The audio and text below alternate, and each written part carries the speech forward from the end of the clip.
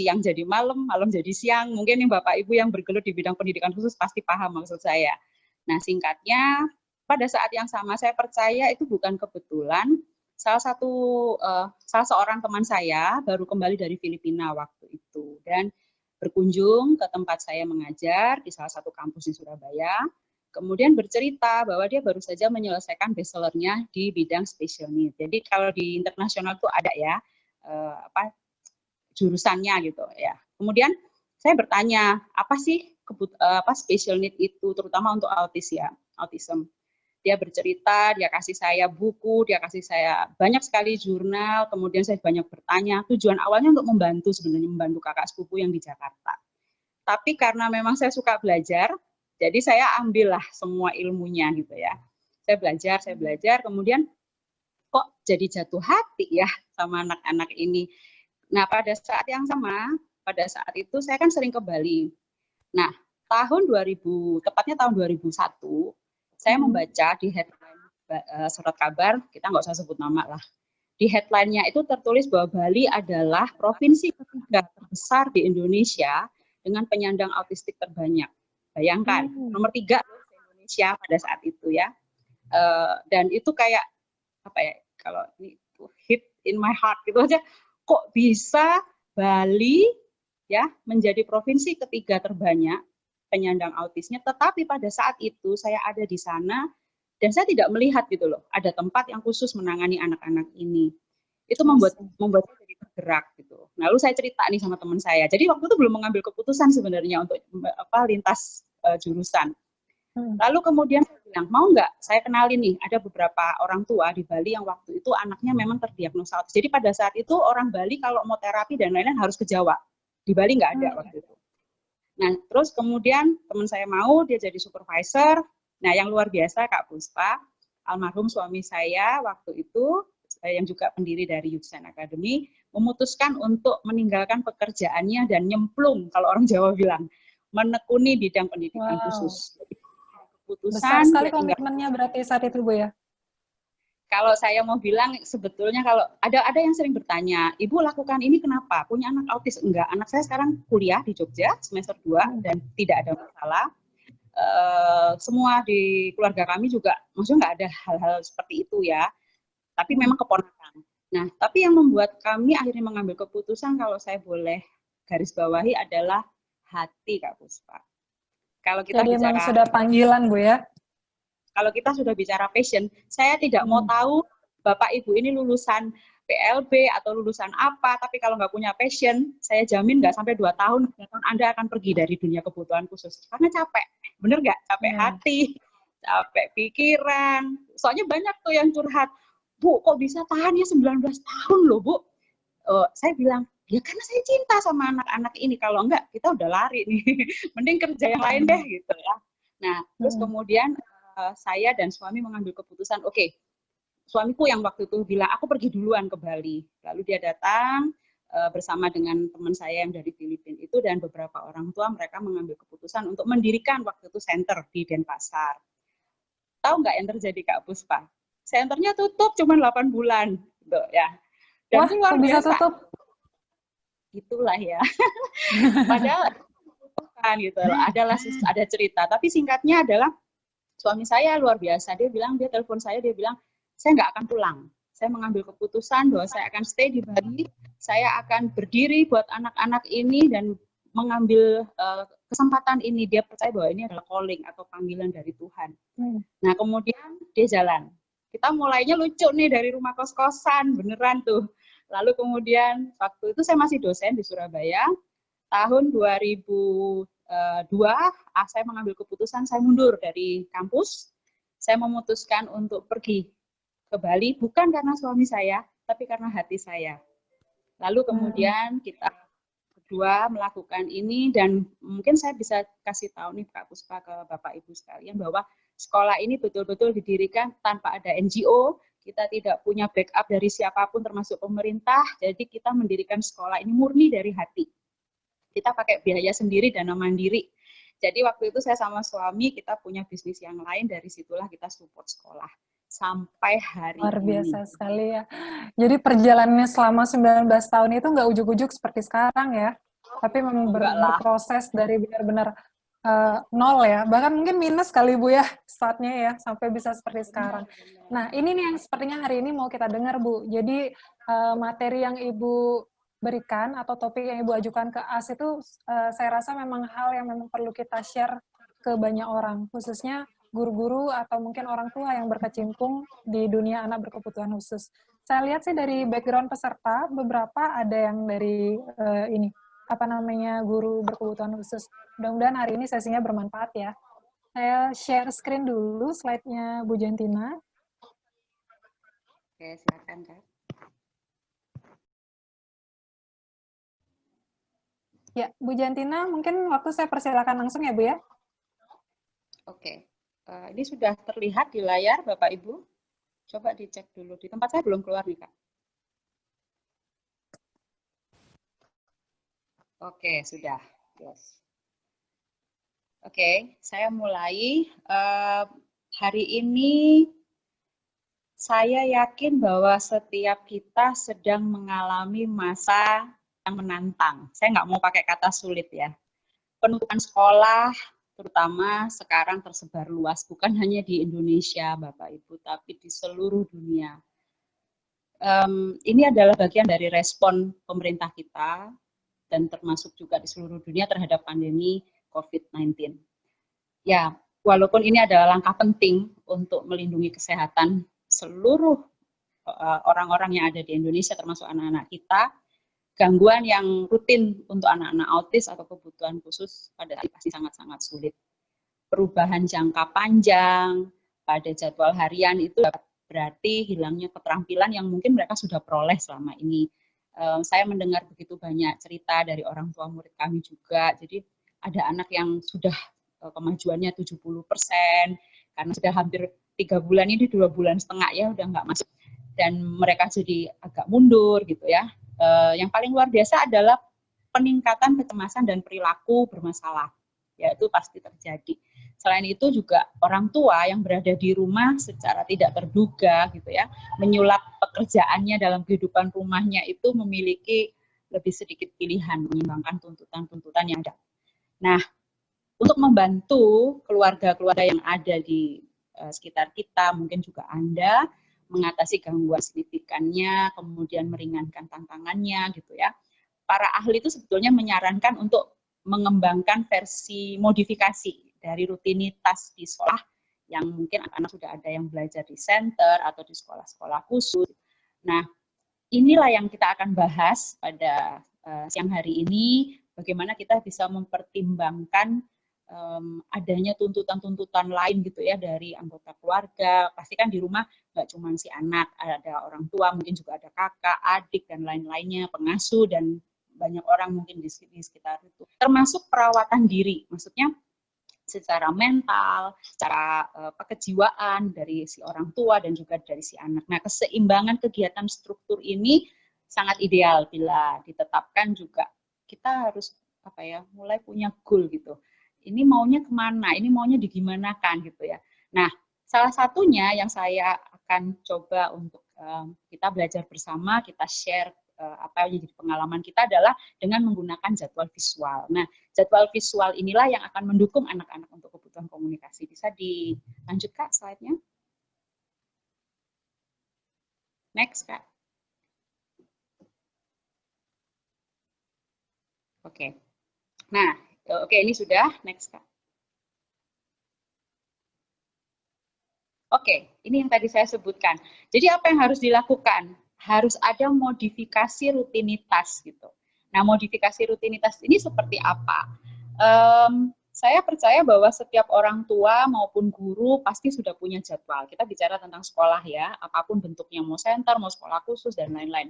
Mulailah dengan jadwal yang sudah terbentuk selama ini. Jadi jadwal sekolahnya anak Anda atau siswa Anda, coba itu dimulai dari periode pertama dan menjadi subjek pada hari itu. Lalu disusun rutin.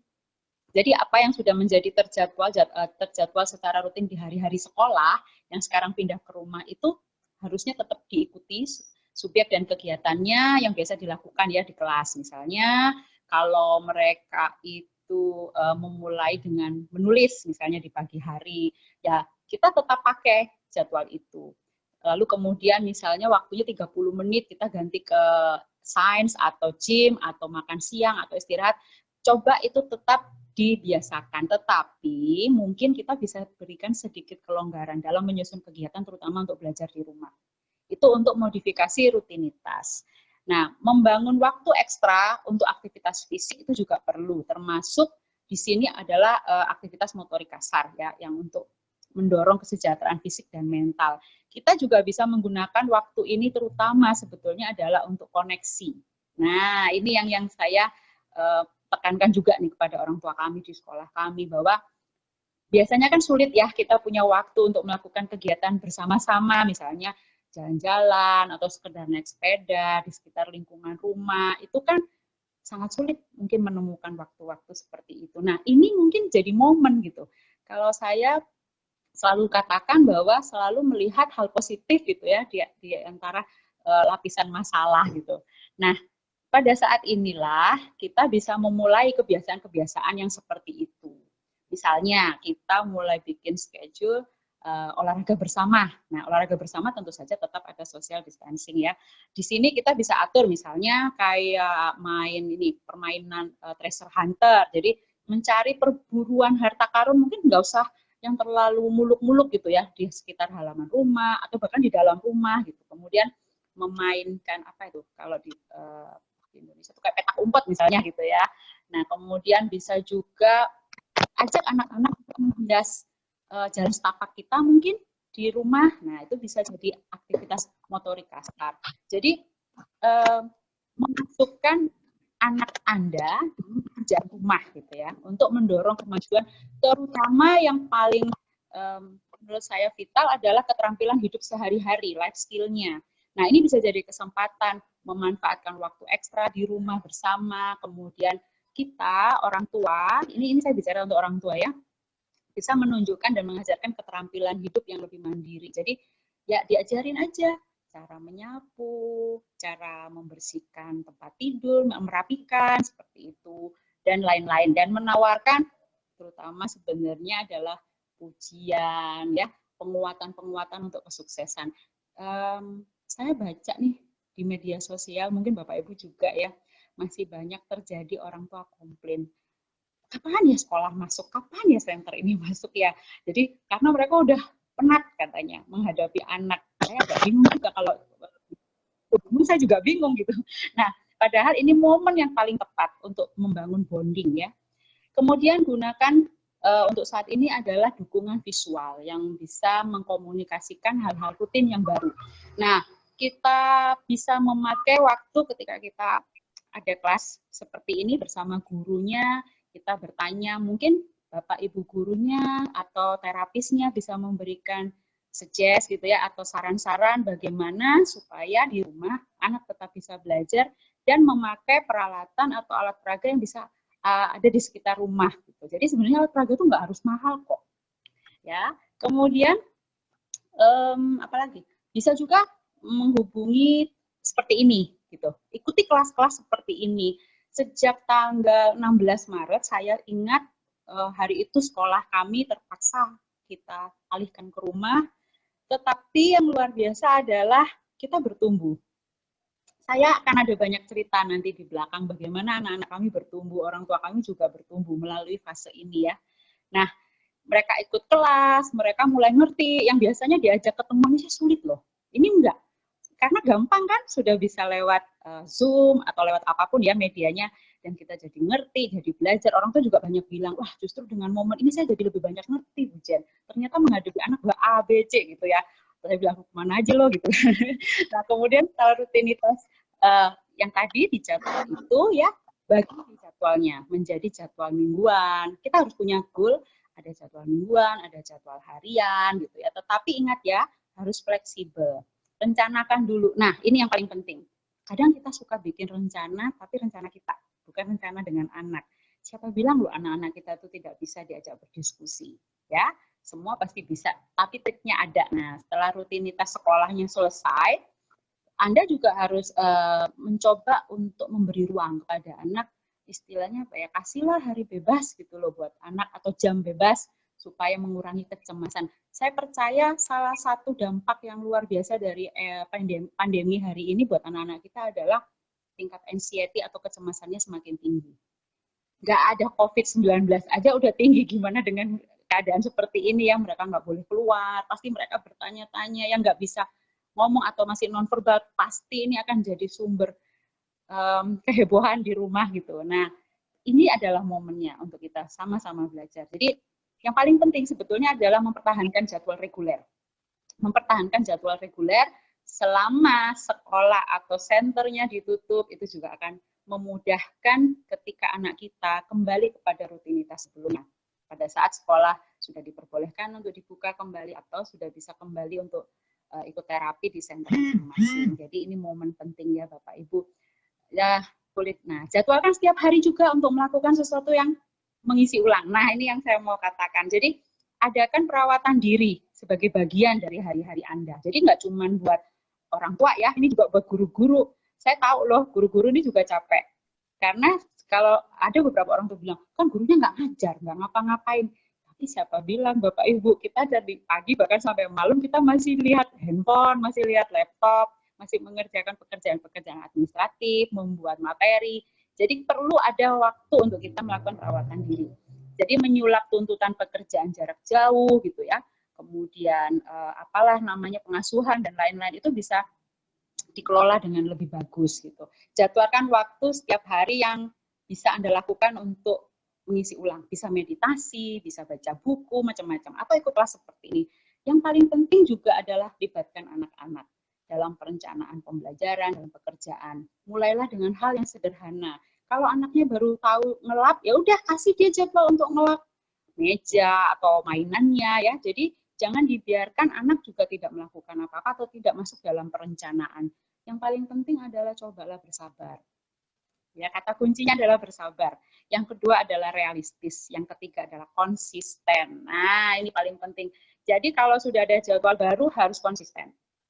Kemudian lakukan fleksibilitas juga ketika ada hal yang berubah dengan cepat misalnya, atau hari itu tidak sempurna hasilnya, it's okay gitu ya, nggak apa-apa gitu.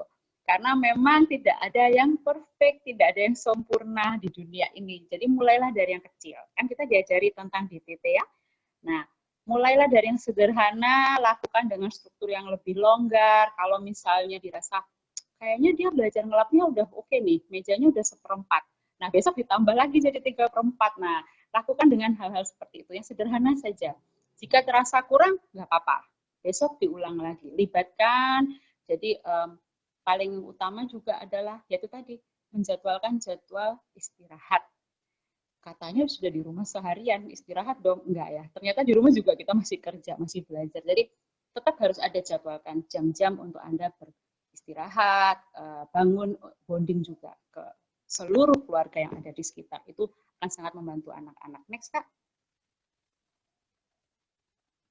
Oke, nah saya bagi Bapak Ibu, mungkin bagi orang tua yang punya anak nonverbal, ini adalah masa yang menantang ya. Nah, ini ada satu hal yang saya coba untuk sampaikan, namanya adalah desain sistem AAC gitu ya, atau Augmentative and Alternative Communication. Nah, ini sebetulnya sudah ada di beberapa perangkat media, di iPhone atau juga di software yang lain. Bapak Ibu coba bisa searching ya.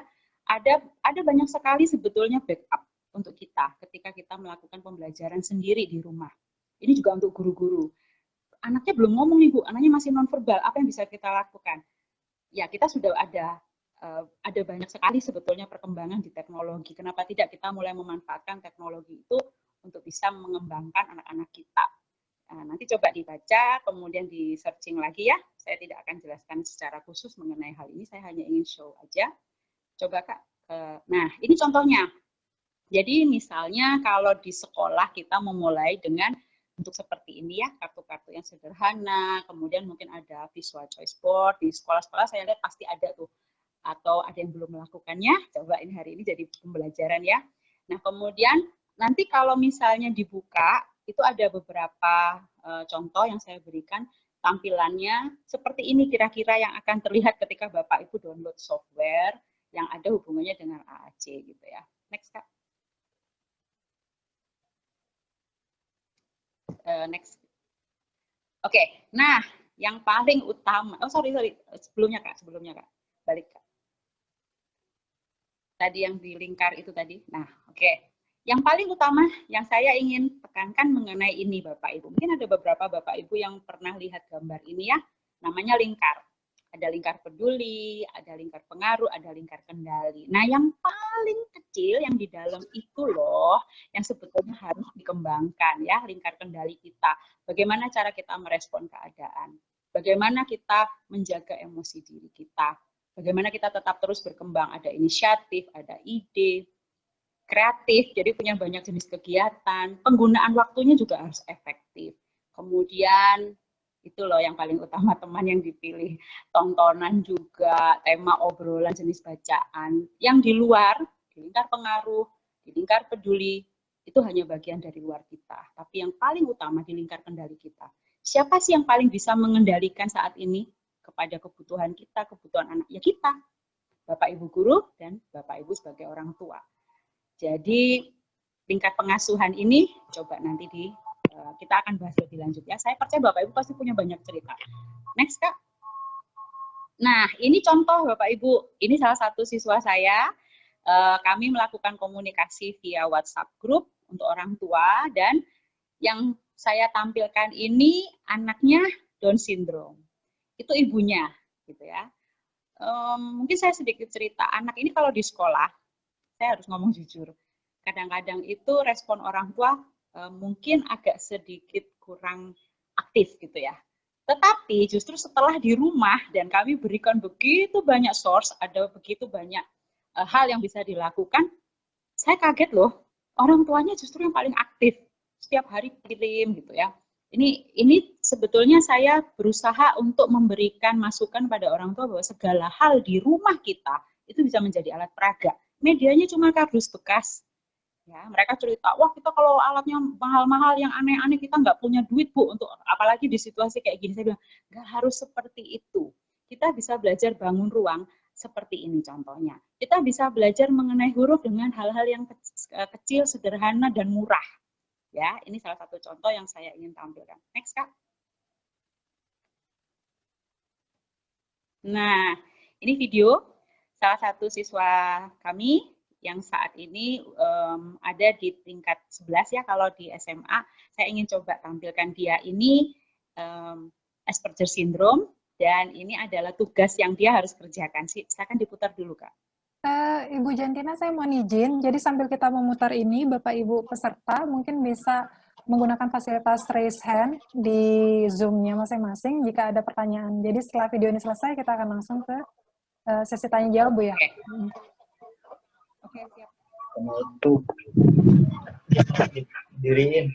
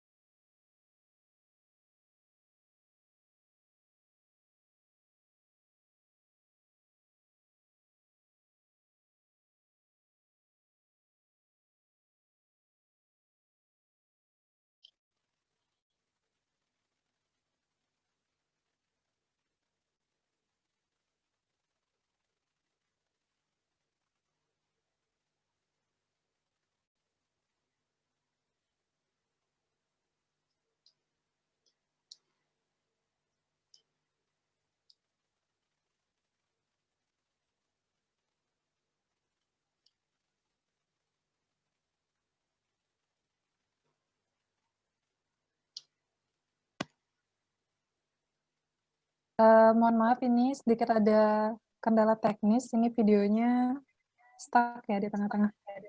Saya coba putar ulang lagi.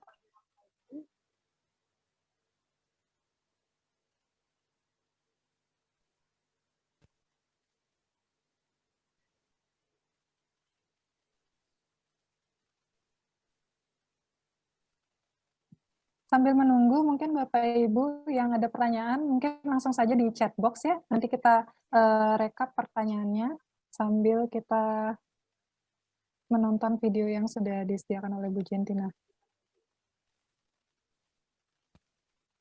Jangan lupa perkenalkan nama dan juga asal institusinya.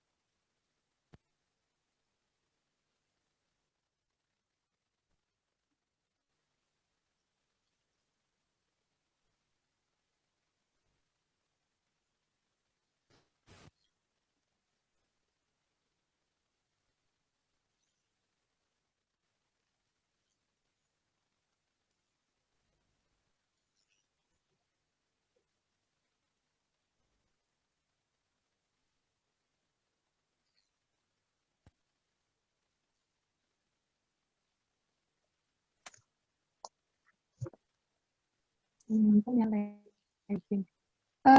baik, Bapak Ibu sambil menunggu, silakan di chat box ya. Untuk pertanyaannya, supaya kita waktunya efektif, nanti kita akan recap sambil saya proses. Sepertinya lagging karena ada kendala jaringan.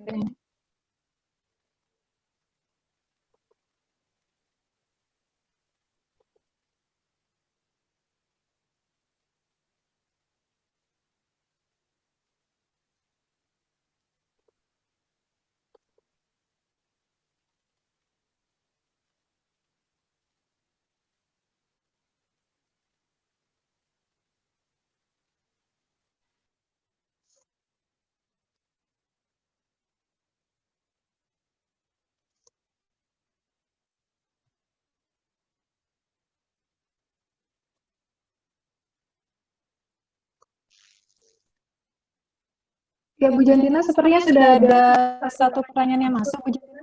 Mungkin sambil saya proses ini, Ibu bisa langsung respon. Ini pertanyaannya dari Ibu Sari ya. Halo Ibu, terima kasih atas sharingnya. Saya ingin bertanya tentang penerapan AAC di course Ibu. Apakah selalu menggunakan teknologi? Jika ada yang low tech, kira-kira media apa yang bisa digunakan, Bu? Terima kasih. Ninu Sari dari Sekolah Bogoraya. Iya, oke. Tadi saya sempat baca juga.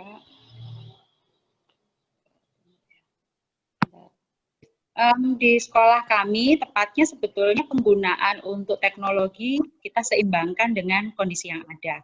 Kami lebih memilih media yang bisa kita manfaatkan yang berasal dari sekitar sekolah kami atau sekitar rumah anak-anak.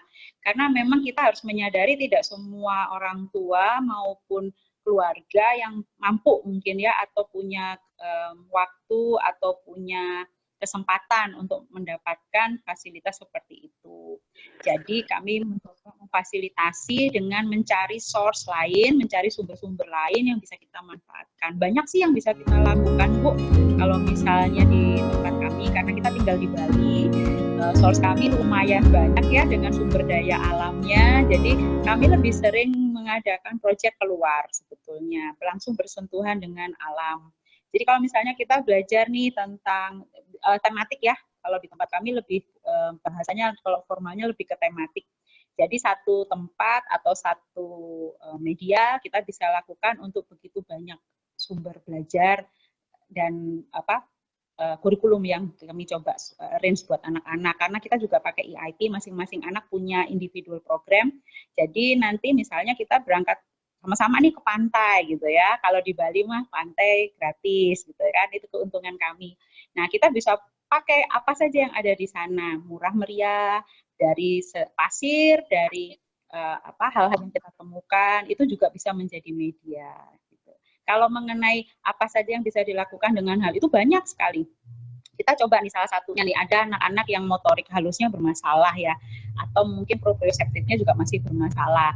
Nah, kami coba lakukan misalnya mengisi pasir laut itu ke dalam botol bekas, itu kita kumpulin, kita masukin pasir, lalu kita adakan belajar bareng-bareng. Sebenarnya lebih ke fun games ya. Jadi kita coba untuk pakai botolnya, saya tidak siapkan di sini. Jadi pakai untuk memperkuat pergelangan tangannya supaya menulisnya lebih bagus tuh kan macam-macam ya.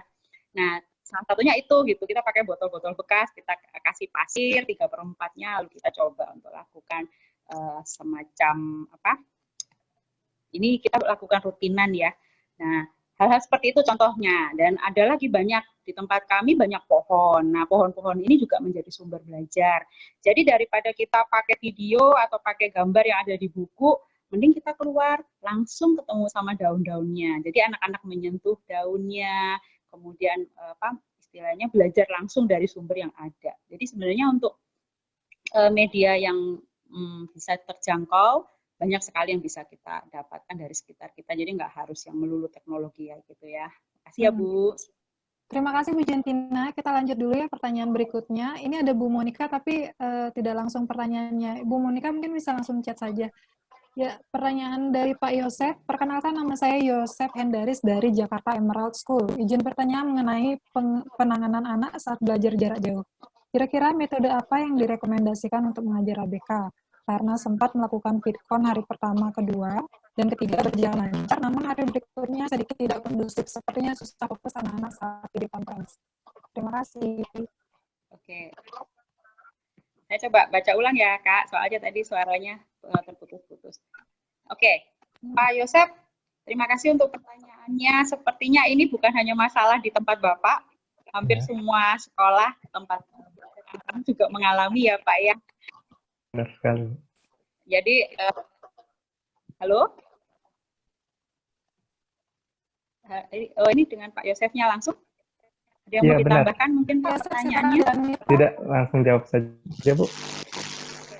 Nah, kalau di tempat kami Pak, kami melakukan dengan banyak media. Memang waktu awal-awal itu excited banget ya, kita pakai Zoom, pakai macam lah gitu. Nah, tapi sebenarnya yang paling mudah saja Pak yang bisa dilakukan bersama-sama. Kalau di tempat saya kebetulan yang masih cukup membantu kami untuk bisa berkomunikasi lancar dengan orang tua adalah melalui WhatsApp.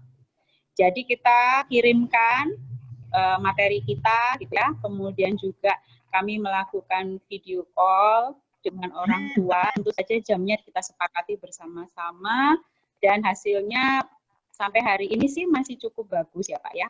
Tapi yang paling penting sebetulnya begini loh, kalau menurut pribadi, pengalaman saya selama hampir 2 bulan ini, yang paling penting adalah komunikasi. Jadi apapun medianya, sebetulnya yang dibutuhkan oleh orang tua saat ini adalah pendekatan kita, komunikasi kita. Saya termasuk tipe orang yang cukup kalau bahasanya itu apa ya, berusaha untuk menyelami gitu loh Pak. Jadi jam berapapun orang tua hubungi saya terima gitu. Mereka curhat gitu ya lewat WhatsApp atau kita coba pakai media yang lain gitu. Itu saya coba untuk belajar menjadi pendengar mereka. Saya coba apa sih yang jadi kendalanya. Kemudian kalau untuk pengumpulan tugas dan lain-lain, saya mencoba untuk fleksibel. Kalau Bapak Ibu misalnya lebih nyaman dengan kita mengumpulkan tugas itu atau laporannya 2 hari sekali, silahkan gitu. Bahkan, tapi ada juga tuh orang tua yang aktif banget Pak. Jam 7 tuh udah on Pak.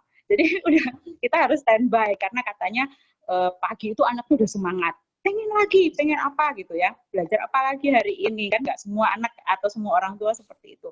Tapi prinsipnya sebetulnya dikembalikan kepada kesepakatan kalau menurut saya. Jadi apa yang paling mudah, yang paling gampang orang tua bisa lakukan, kita coba untuk siasati bersama. Seperti itu sih Pak, kalau di tempat saya saat ini. Ada yang mau Baik, ditanya? terima kasih Bu Janintina. Oh, sudah cukup Pak Yosep. Baik, saya lanjutkan ke Ibu Sudah cukup. Anugrah Rahmayani ya. Ibu Anugrah Rahmayani. Oke, perkenalkan nama saya Rahma. Salah seorang terapis anak berkebutuhan khusus di center yang ada di Surabaya. Selama masa pandemik ini, kami menggunakan terapi online melalui video call. Beberapa orang tua menanggapinya dengan senang. Beberapa ada yang keberatan karena harus mendampingi, terutama jika belum sedikit tertutup. Jika belum verbal dan kepatuhan murid belum terbentuk maksudnya. Bagaimana cara ibu untuk merangkul orang tua yang seperti ini? Nah, Karena ini kan. sebenarnya ya pandemik ini menjadi tantangan kita semua. Benar. Gimana Bu? Ya betul. Kembali lagi Kak, kembali kepada bagaimana pendekatan kita kepada orang tua. Cara saya yang paling utama adalah mencoba untuk mendengarkan itu dalam arti begini loh. Saya mau cari tahu dulu apa akar masalahnya. Nah, biasanya kan orang tua ada yang langsung komplain gitu ya. Ini sekolah gurunya aja nggak ngajar, kita capek gitu-gitu kan. Nah, lalu saya tanya, terus kendalanya apa sih? Waktu. Nah, kita coba cari tahu dulu. Waktu, oke. Berarti kalau misalnya kami buat perjanjian dengan bapak atau ibu, karena handphone dibawa kerja, jadi orang tua juga masih kerja kan, dan butuh handphonenya.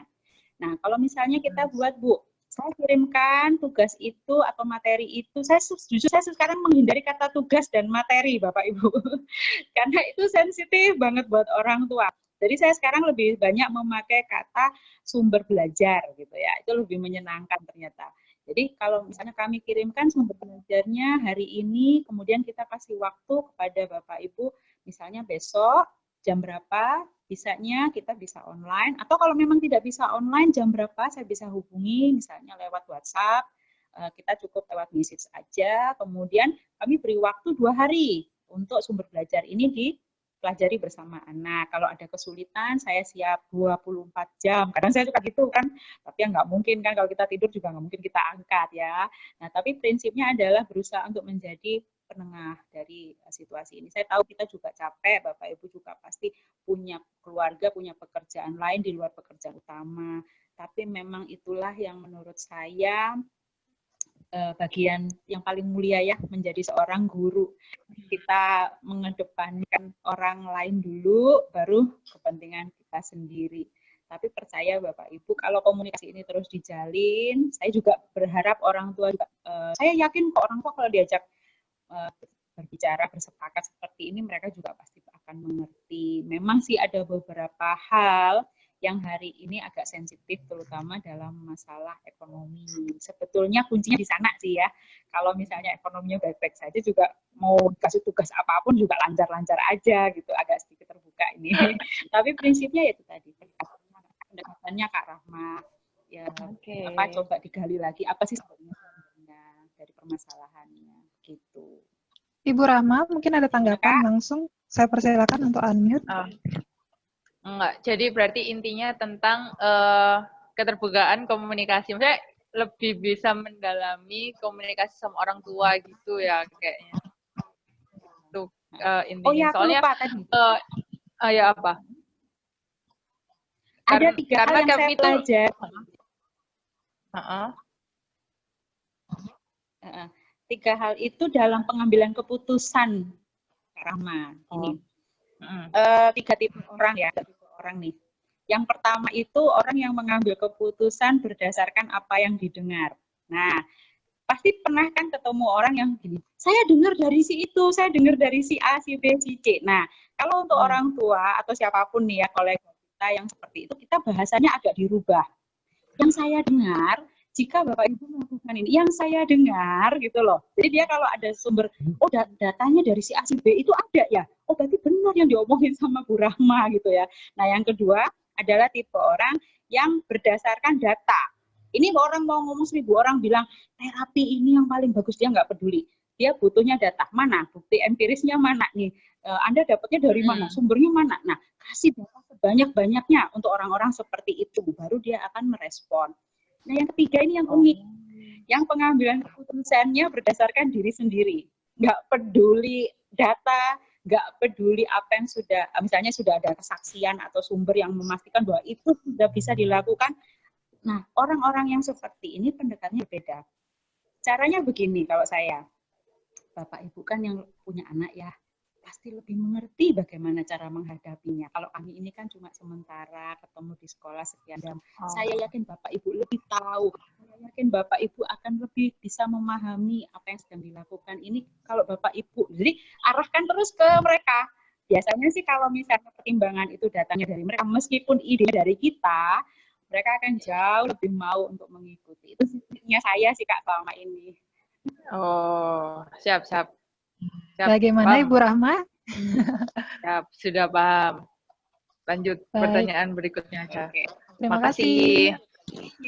Saya lanjut berikutnya dari Ibu Dianisa. Selamat siang Bapak Ibu. Perkenalkan saya Dianisa, konselor sekolah Perkumpulan Mandiri Jakarta.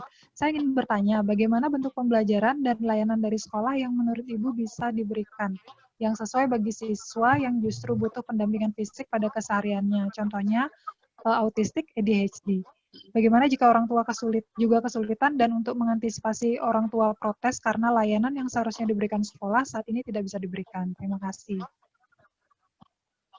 Oke. Ini terjadi di semua sekolah, Bu, saat ini. Terima kasih pertanyaannya sebelumnya.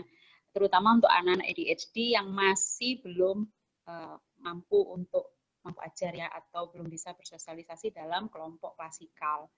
Memang itu beban untuk orang tua, terutama ini adalah bagi orang tua yang, maaf ya, saya harus bicara dengan sedikit lebih terbuka, yang mungkin selama ini tidak terlibat dalam pembelajarannya.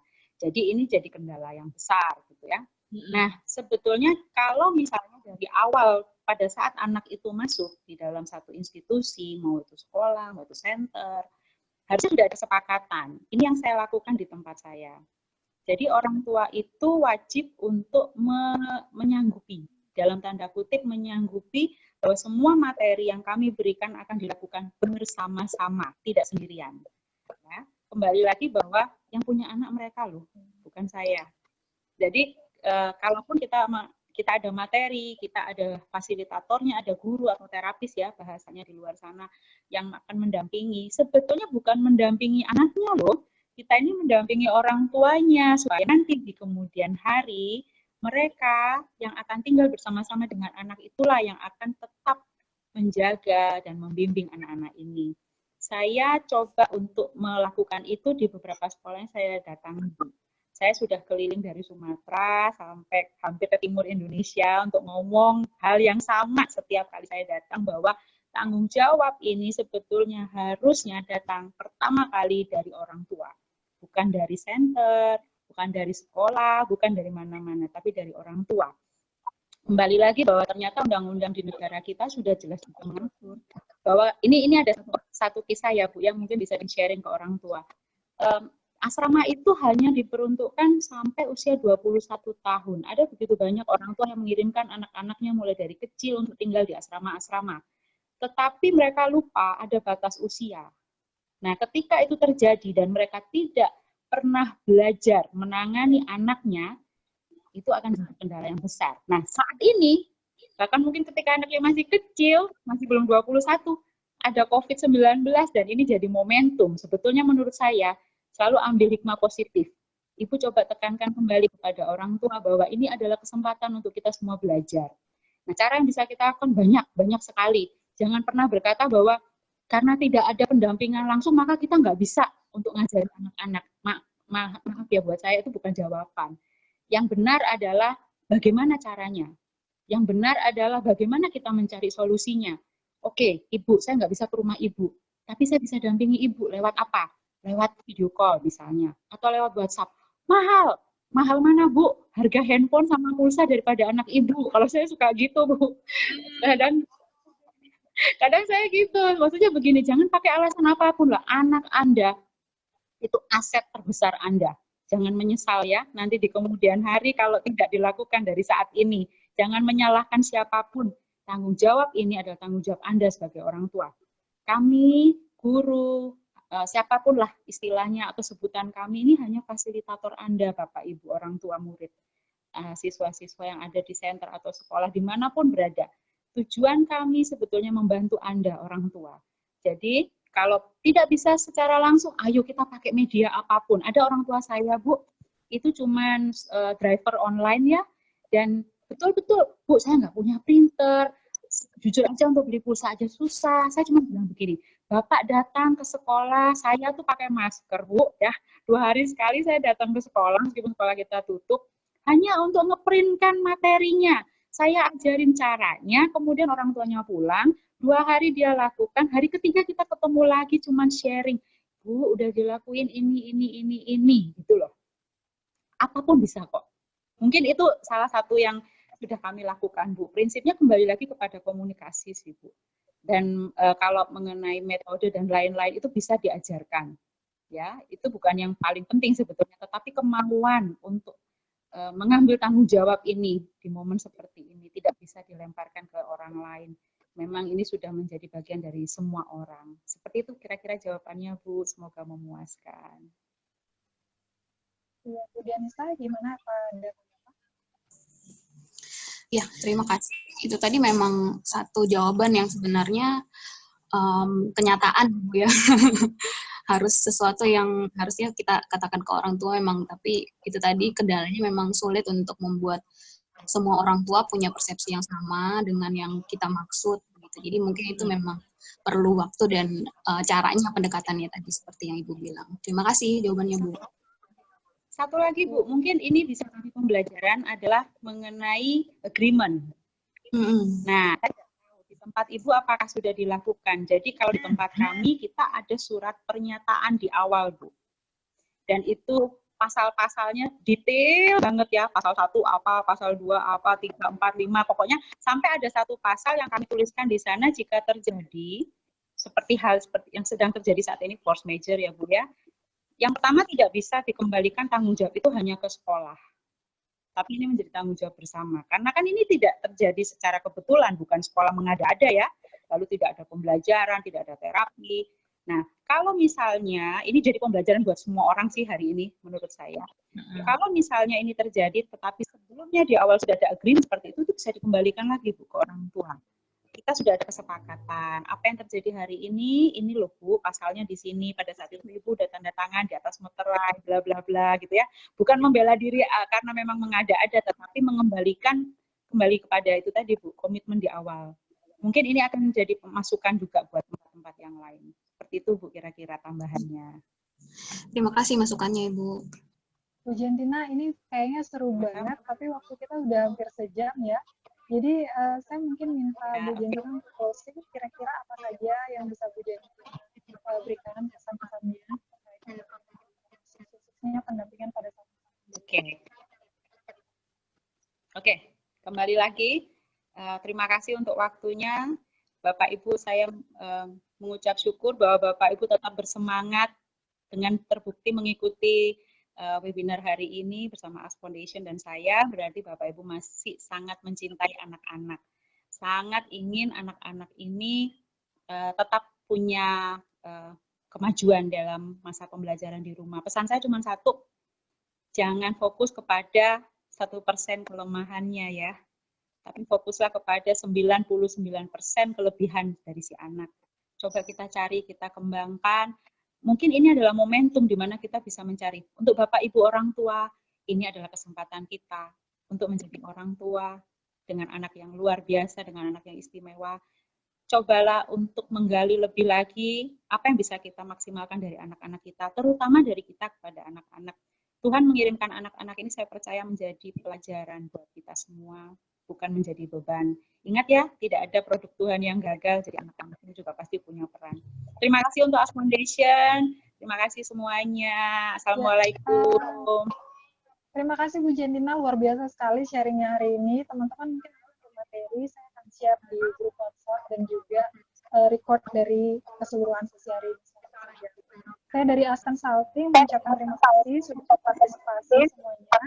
Dan mohon maaf apabila ada kesalahan baik sengaja maupun tidak sengaja. Terutama kesalahan teknis ya, karena tadi videonya sedikit berat untuk di loading. Tapi nanti Bapak Ibu bisa nonton sendiri karena nantinya akan kita akan bertemu lagi di grup WhatsApp. Saya akan mengirimkan feedback talk agar Bapak Ibu bisa memberikan feedback kepada pembicara maupun kepada kami selaku host pada semuanya. Saya ucapkan selamat sore dan semua jaga kesehatan. Terima kasih.